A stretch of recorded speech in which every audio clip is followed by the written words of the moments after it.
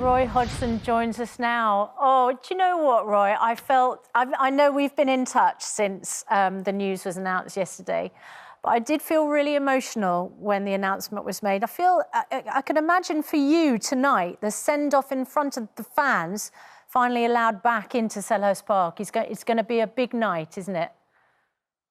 Yes, it will, Suzanne. There's no question of that. It's all these experiences when you leave something that you've really enjoyed doing for so long. It's a bittersweet experience, but it's been coming a while now, so I've had a chance to get my head around it. But of course, football has been in my blood and has been my life for so long that I'll never be able to leave it without missing it. No, I know. Well, are you going to leave football altogether, or is this just a sort of temporary goodbye?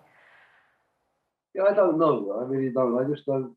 I don't like that idea that you have a fanfare and you retire from football as if you're retiring from life. But there's still things I'd like to do. I still think I've got energy and enthusiasm to do other things, but I really don't have any plans, and I don't have any goals either to an extent. It's just a question of being a little bit wary, I guess, of saying, well, I'm retiring, and maybe finding myself in the old Frank Sinatra position where you retire every year or so.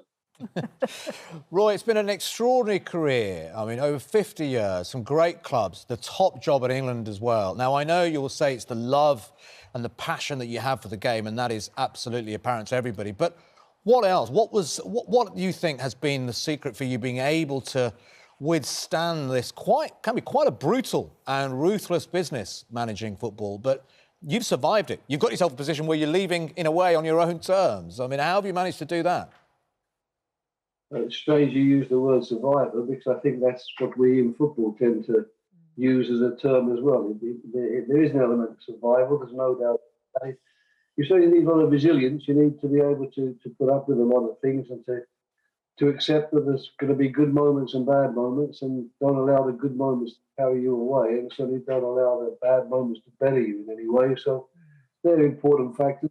I think the biggest thing that you need is the help around you. You need a very good staff and very good people around you that you can trust and rely on, and know that they're as good at doing the job as you are yourself, so that you can hand over responsibility to them. And then secondly, you need good players, because the bottom line of succeeding as a coach or a manager is to have players who are good enough to do the job on the field.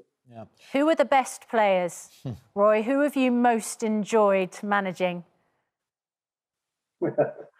Yeah, I always back away from those questions, Suzanne. There's been plenty of good ones as well. So if I want to feel boastful, I can throw a few big names in. But of course, many of the better ones I've worked with haven't been, I think, as well known as all that. But I certainly have enjoyed working with almost all of the players I've worked with. I've been pretty lucky in that respect, and I've not come across, as maybe some managers do, players who've made their life a misery during a period of time.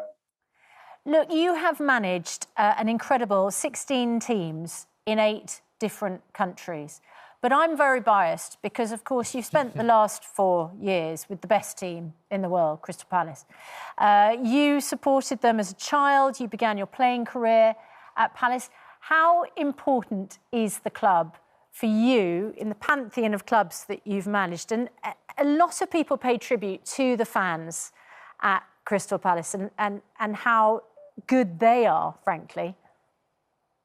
Oh, that's absolutely true. I think we've been blessed with an incredible bunch of not just fans, but supporters as well. People who support the team and, followed it through thick and thin. And it's been a roller coaster ride for Crystal Palace over the years, as it has been for many clubs.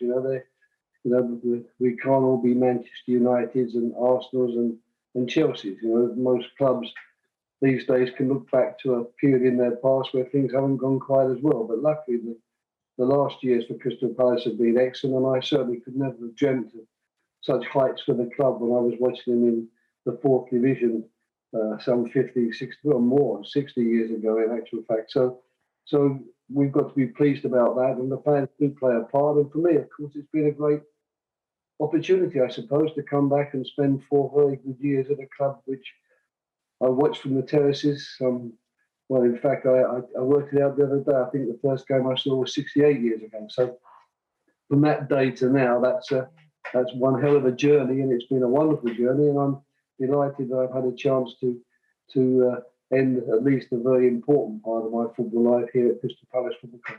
Well, I think I speak for every supporter when I say just a huge thank you for what you've done for the club, Roy. It's a privilege to talk to you this morning. Good luck tonight at Selhurst Park and for everything to come.